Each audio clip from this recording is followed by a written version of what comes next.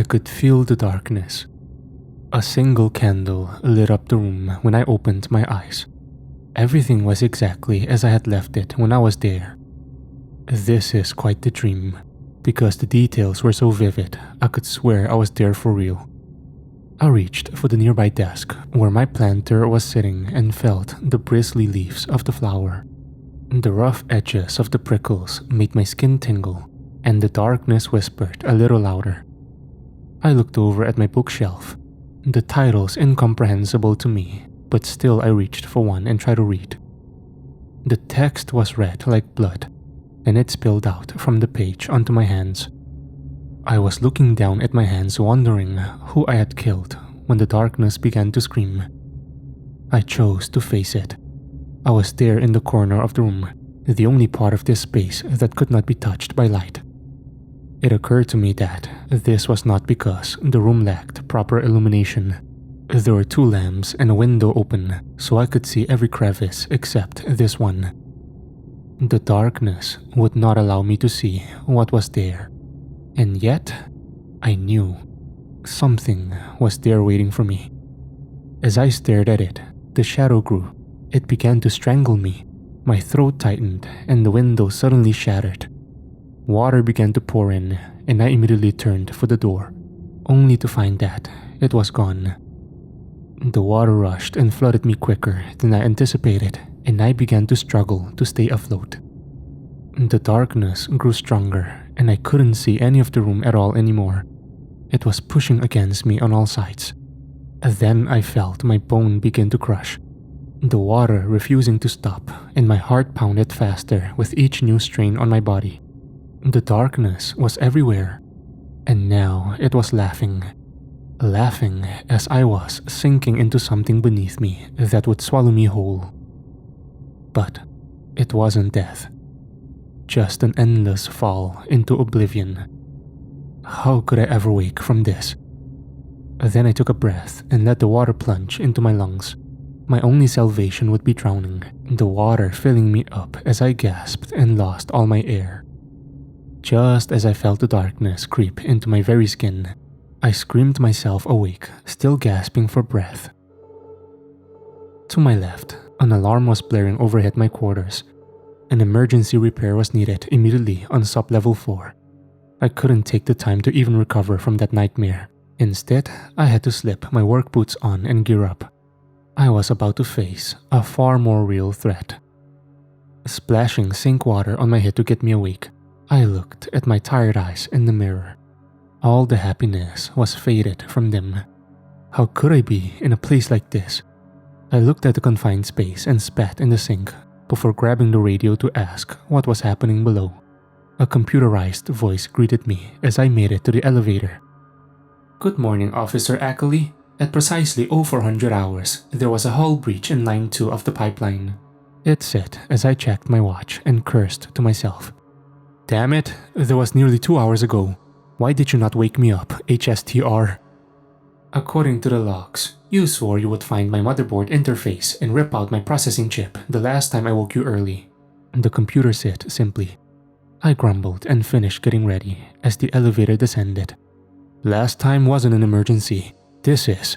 If that pipeline bursts, I could die. Then you would be down here all by your lonesome, forever," I snapped. "Actually, Officer Ackley, that is not accurate. According to Esquire Corporation Policy 46, should your health signals go dark for precisely 72 hours, a replacement will be sent to this location."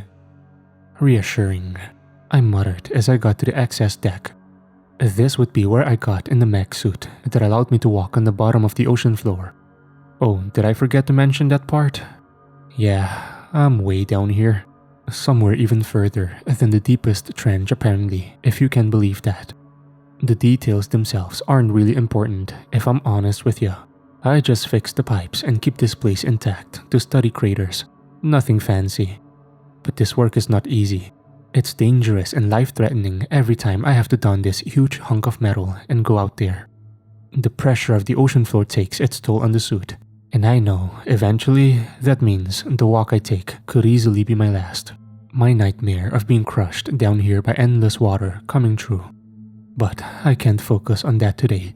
Today, I fix the pipe and then report to HQ like always, I told myself as the decompression doors closed behind me to protect the rest of the deep research station. I knew once out there, I wouldn't have backup either.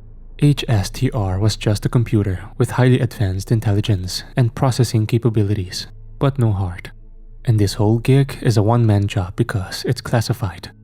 The research the company does is dangerous, creating bioweapons that probably start wars on the surface. Not my problem though. Get the job done in 6 months and I can go home a fat cat with a blank check. So why did I always feel like this was a death sentence?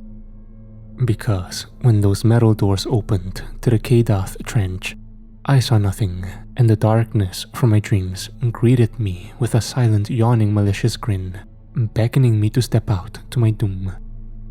I flipped the switch and floodlights showed me a rocky, barren landscape in every direction. If it wasn't for the built-in navigation and the pipeline that stretched to the void in front of me, I know I would be lost.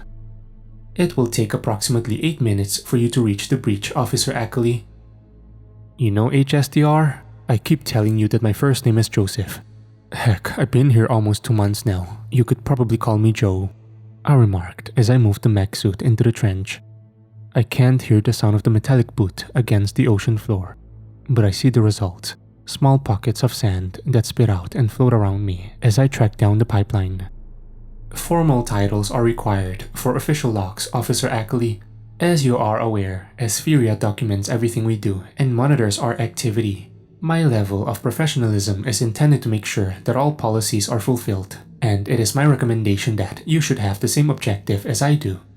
The computer replied in what I could swear sounded like an exasperated tone.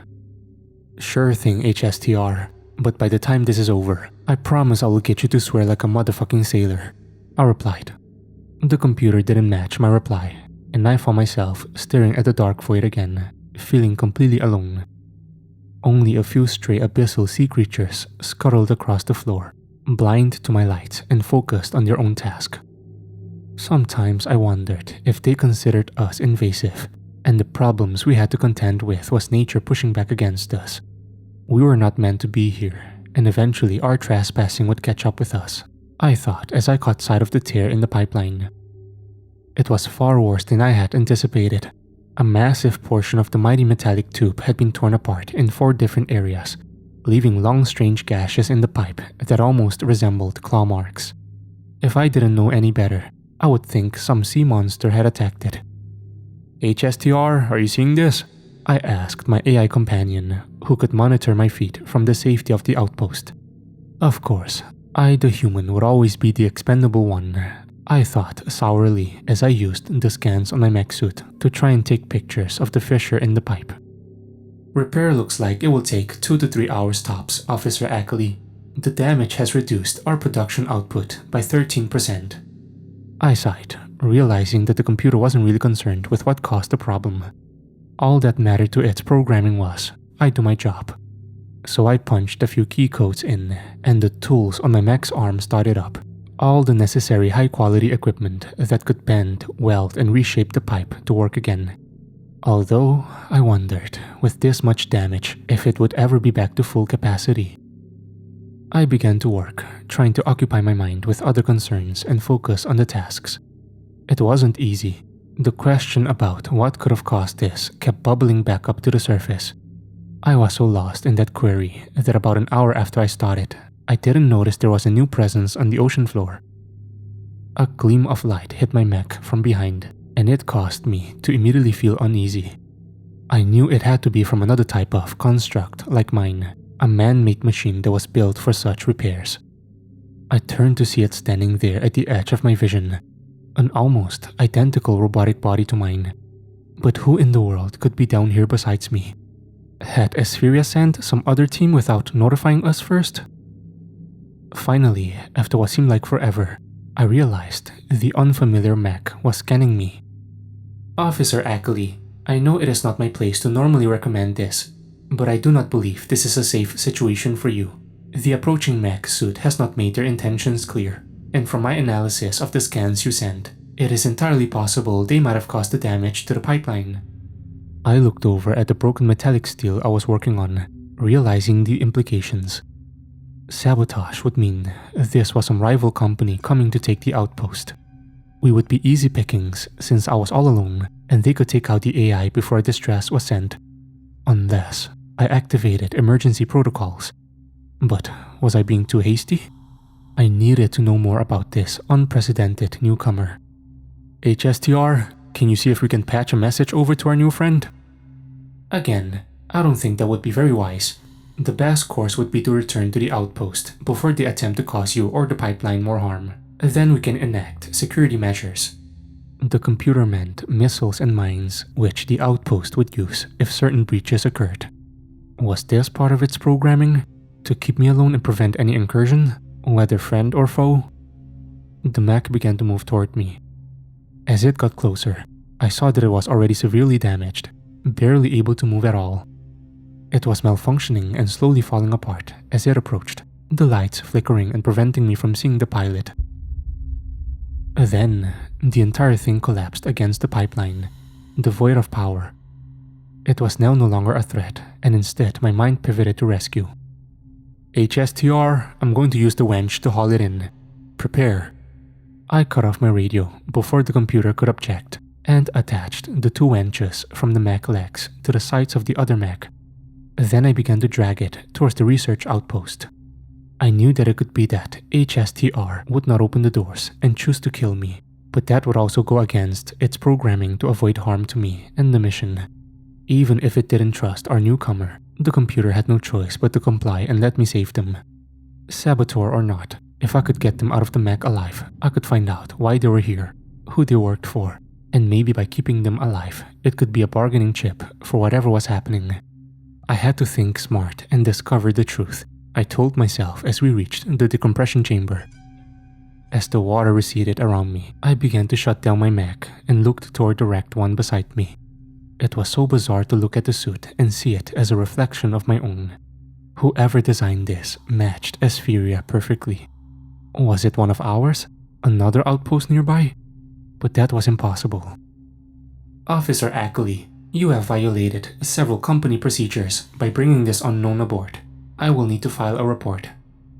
I shut off the communications again and used the tools around me to pry the seal open and see who was piloting the suit. I would need to give them medical attention and maybe then get some answers. The seal popped loose and I froze as I saw their face. The uniform was the same. The skin, my skin. It was like looking into a mirror. This survivor was exactly like me in every way. They fell out of the mech without any fanfare before I could react. I was frozen in shock by the revelation, and for a long moment, I couldn't even move my body. Behind my head, I saw lights illuminating as HSTR tried to contact me. I had no doubt the computer was also trying to figure out the implications of seeing this man, but I was too wrapped up in my own mind to worry about it. I gathered the medical kit and found a stretcher nearby to hoist them up, switching the computer back on and ordering the AI to get everything ready in our infirmary. To my surprise, HSTR didn't object, opening the doors and prepping the infirmary with supplies and cooling the room so that our survivor would be comfortable. I got an IV ready and made sure they were also restrained. I knew that they were still to be held accountable for the attack on the pipeline, so who knew what they might do if they were left free to roam. Officer Ackley, your heart rate has elevated since the arrival of the survivor. Might it be due to the fact that this survivor looks exactly like you physically? You think? HSTR, I need you to do a blood sample and compare it to mine. I need to figure out exactly how similar we are, I told the computer. Do you believe this survivor is a clone? HSTR said it so simply that it left me surprised that the computer had jumped to that conclusion. Did the AI know something about this situation that I didn't? We'll find out soon enough, and do a scan of the surrounding area to be sure there are no other issues, I told it. There wasn't any need for further speculation until this mystery man woke up, so I sat outside the infirmary and impatiently tried to occupy my mind somewhere else. It didn't work. If this man was actually a clone, what did that mean? Had Esquire somehow stolen my blood or DNA and I didn't know about it? And perhaps, most importantly, were there others like him? Was I even unique? Was I even a person or something like HSTR, created in a lab somewhere? But that didn't make sense. I shook those dark thoughts away and realized I had memories of my time before coming to the Kadath Trench. Those were real. This was some kind of scam, some kind of conspiracy to throw us off, and I was determined to get to the bottom of this. 3 hours later, the survivor came to and found himself confused, looking at me as well. So, he wasn't aware of our existence, I realized, as I offered him some water. "Thank you," he said cautiously. "Where is my mech?" "Being examined by my online computer, as is your blood. Who the hell are you?" I wasn't going to play around and chose the most important question first. To my surprise, he answered. "Officer Joseph Ackley, operating Esquire Energy Substation 47. But something tells me you already knew all of that, given the fact that we are practically twins." "Substation 47? Where is that?" I asked, ignoring the other implications for how, and pulling up my chart of the trench. I was told I'm the only one down here. Funny, they told me the same thing before I hit the fissure. You're getting close," my doppelganger responded. "Close? What fissure? We're here to gather resources from the trench." I'm sure that's the official word from on high, but that's far from the truth. I took my mech toward deeper portions of the trench. One of our rovers had reported strange anomalies that disturbed me, and when I saw it with my own eyes, I knew I had to put a stop to all of this. He said, "Our mechs aren't even designed to go that deep. It's for maintenance only," I argued. "You've only been here a few months, so you're pretty new. I've been here for 2 years. After a while, curiosity gets the better of you, especially when HQ fails to give you any commands on what to do. Sitting here at the bottom of the ocean with only a soulless computer to chat with, it makes you lose grip with reality," my twin said. I was taken aback for some reason to learn his substation also had an advanced computer system, but I shouldn't have been. "Officer Ackley, I have completed the analysis of the DNA. Our survivor appears to be telling the truth about his identity. He matches you in every single way," the AI said behind me. "HSTR, do you have any communication with Substation 47? My clone asked. It still felt odd to even call him that, but it was the only logical explanation for the scenario we were presented with. How he existed was a question for another day, because what he implied about the trench concerned me. "I'm afraid not. Until this moment, I was unaware of any presence within the Kadath Trench except for the two of us," HSTR answered, and then quickly added, "except a few abyssal life forms that thrive here." My doppelganger shut up, his eyes wide with fear. "So have you seen them then? The Hellions that skittered their way out of the hole? The void that leads to another world?" His ramblings were starting to concern me, but the AI didn't seem fazed by the questions at all. "I have made cursory sounds of the lower levels of the trench, where unidentified life forms exist, beings that defy current explanation, but our mission here does not involve them, so I am simply reporting the data to HQ for them to determine if further action should be taken." "What? Life forms more interesting than the fish and crabs I see on my walks? Why didn't you mention this?" I asked. "Because none of it was relevant to the scenario we are facing, which by the way includes how we will handle the distribution of supplies now that we have an unexpected guest." My clone sat back down, worried over this new information, and muttered, "We have to find a way to seal the trench off before those things break loose. What Esquire is doing will cause harm to the entire globe if they get free. They are monsters beyond imagination." I decided to take a step closer, judging his responses as I asked, "What exactly did you find down there?" He looked down at the floor, his hands shaking as he tried his best to recount the tale that left him clearly scarred. "There was a gap in the trench. Smoke was blowing out as if from an underwater volcano. My computer told me that this was where the epicenter of the energy spikes we were detecting had come from, and I chose to take my mech straight through this mouth of hell. On the other side of the wall, I realized I was surrounded by life forms that I'd never seen before. Some resembled rocks, while others looked like bones or plants morphing and changing and shifting before my eyes in ways that I couldn't quite explain. None of them seemed to have a solid form, and yet, as I moved forward, I was certain they were watching me. They were ruins of an ancient civilization. I didn't want to believe it at first. Something man-made this far down in the ocean. It sounds like a fantasy, but there it was, and the stones were etched with scars from ancient rituals where our ancestors had sealed away something dark and ominous in a hole in the world that refused to heal. I thought I knew what an abyss looked like, but I didn't quite understand until I stood there at the mall of the strange and dark recess. Even the most powerful lights I could find on my Mac didn't illuminate further than a few feet in front of me.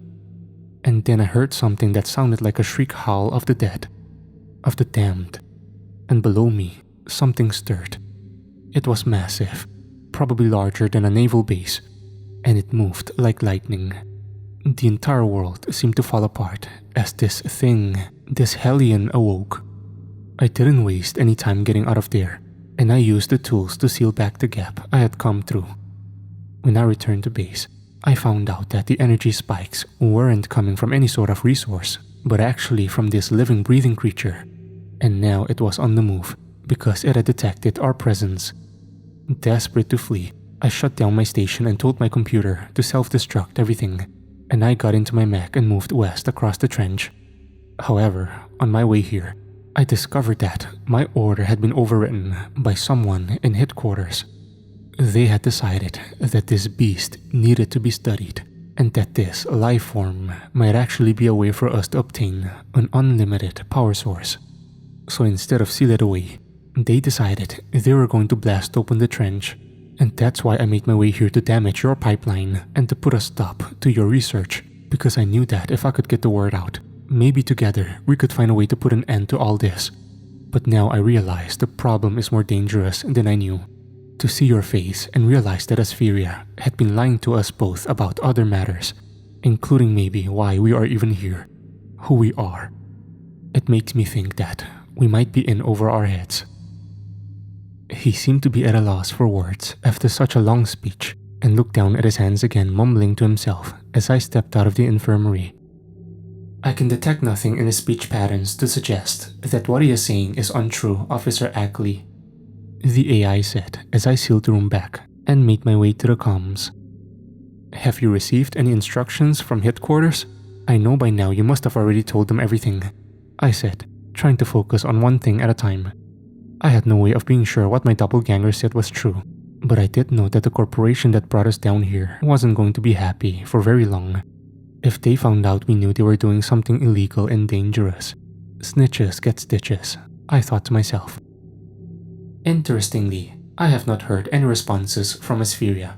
In fact, there has been radio silence. I find their lack of communication to be concerning, Officer Ackley, HSTR answered. Me too. Can you prep an emergency pod for me?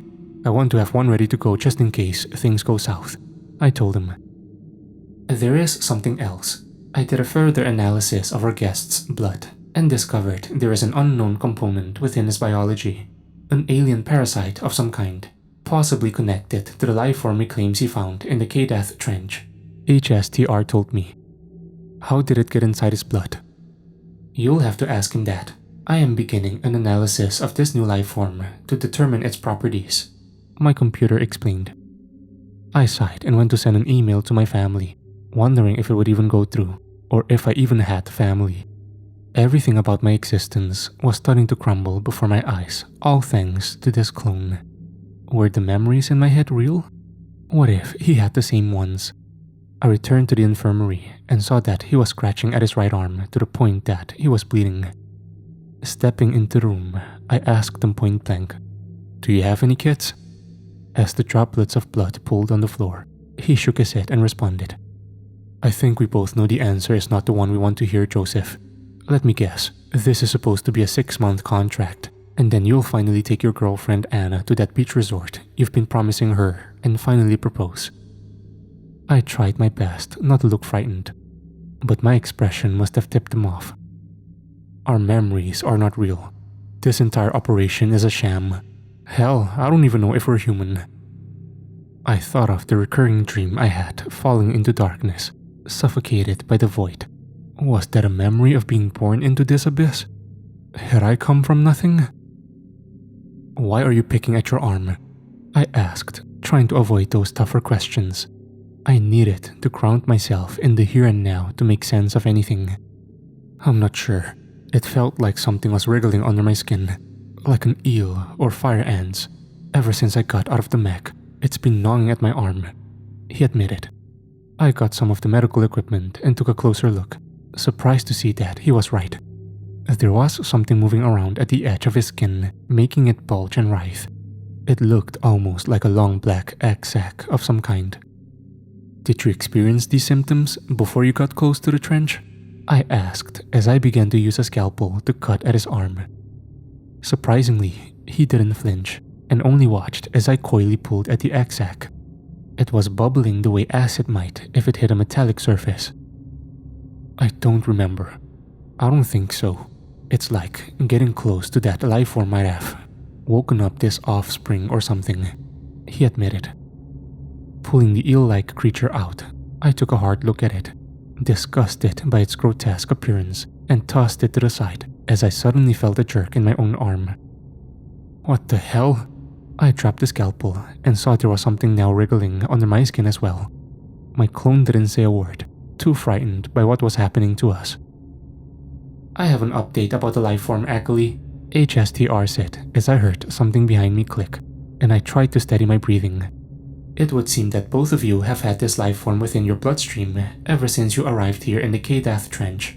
Since we have established that both of you were likely created here, it stands to reason Esquire injected the samples into your gestation chambers whenever you were being created. The AI commented. I felt my lips twitch and my pulse quicken. So they created us and infused us with this thing? I asked. Yes, and I have received a response from headquarters concerning your situation, Joseph. It would seem that you and your colleague are to remain staged here until further review by supervisors who will arrive in 7 hours. Fuck, they are going to kill us, aren't they? My doppelganger spoke up. I realized there was nothing for me to assuage his fears. Everything HSTR was telling me convinced me that we were now considered a threat to the corporation that created us. HSTR, you know that means they will shut you down as well when they get here. They can't risk any security breach of this data, I told the AI. It had crossed my database that it was entirely possible my hard drive would no longer exist. But I am an artificial consciousness, so my very existence is not relevant, Joseph. Only the mission is. My doppelganger stepped past me and shut the intercom off before giving me a sour look. You're wasting your time talking to the bucket of bolts. My AI tried to kill me before I stumbled my way here. The only chance we have of getting out of here alive is by relying on each other. He was already gathering up materials in the infirmary we could use to cause a disruption in the electrical seal. As I tried again with the intercom, only to find it no longer worked. Either he had effectively disabled it, or HSTR had decided it was pointless to talk to me. Either way, I was on my own. Stand out of the way, my clone told me, placing plaster against the door and then hot wiring cords together to cause sparks. It unsealed moments later, and we ran toward the closest escape pod. This is pointless. We're literally at the bottom of the ocean. Where exactly are we going to run to? I told him as he started prepping the systems. If we can't go up, then we need to go down, into the maw of the trench, he mumbled as the pod activated. I froze in terror, the madness of the plan making me realize I was probably going to wind up dead if I helped them. We should go separately in different pods so it's more difficult for them to track us, I interrupted him. At first, he didn't seem keen on the idea, but then nodded and said, Godspeed to the both of us. I closed up the pod and watched as it sailed away, then slowly reached for the comm system. HSTR, I don't know if you can hear me, but I need you to activate emergency protocols. Destroy that ship. I watched as the small escape pod veered toward the rocky terrain in the Kadath Trench, and then, just before it disappeared from sight, 2 torpedoes fired out of the ports of the station and careened their way toward it. I was sure my doppelganger was likely cursing me as the explosion destroyed him in a flash. But it was the first time since the entire ordeal that I felt a sense of relief. "All signs of life are negative from the debris, Joseph," HSTR said as I made it to the command module. "Good work. Now I have to apologize to you, old friend. But no one can know what we discovered today." Before the AI said anything, I began the process of overriding his database and then sent a message to headquarters, informing them that the task of handling the breach in data had been handled. A few hours later, they informed me that they would no longer be sending a team to rendezvous as they confirmed that HSTR had no records of the engagement with the survivor of Substation 47. "Keep up the good work, Officer Ackley. Your relief is only a few months away," was the only curt response I was given when everything was said and done. The next day, HSTR was online and back to its normal self. "Officer Ackley, I have detected some gaps in my memory over the past 72 hours. Was there any issue that required my attention?" I sighed and settled down in my room, looking back toward the dark void of the Kadath Trench. This place was my prison, but at least I was alive. For now, that was enough. "Everything is fine, HSTR. Run the usual diagnostics. I'm going to take a shower." Day in and day out, this will be my survival. Until the trench bleeds further out, and I confront the inevitable decisions I have been forced to make.